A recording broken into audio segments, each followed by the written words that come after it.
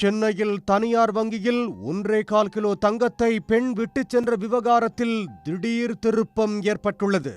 வாடிக்கையாளரின் நகையை லாக்கரில் இருந்து திருடிய முன்னாள் வங்கி பெண் மேலாளர் மீண்டும் அதை வைக்க வந்தது அம்பலமாகியுள்ளது.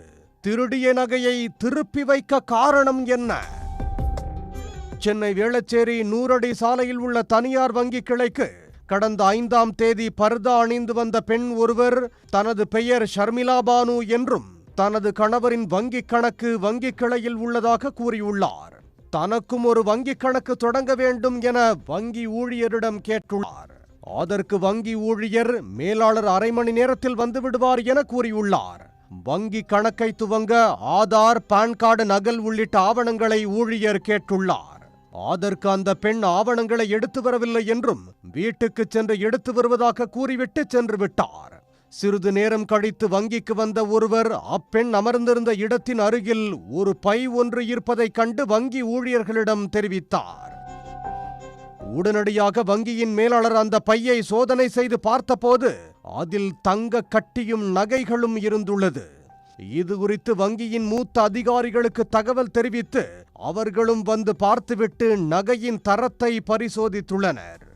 அப்போது தங்கக்கட்டி 24 கேரட் சுத்த தங்கம் எனவும் 256 கிராம் நகைகள் 22 கேரட் தங்கம் என உறுதியானது.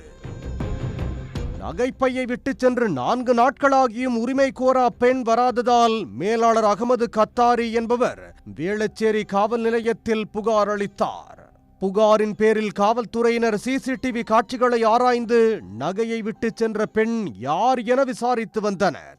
நகையின் மதிப்பு கோடிக்கணக்கில் இருப்பதால் வருமான வரித்துறையினருக்கும் தகவல் தெரிவித்தனர். விசாரணையில் நகையை விட்டு சென்றது அதே வங்கியில் கடந்த ஓராண்டுக்கு முன்பு மேலாளராக பணியாற்றிய 37 வயது பத்மபிரியா என்ற பத்மகுமாரி என்பது தெரிய வந்தது.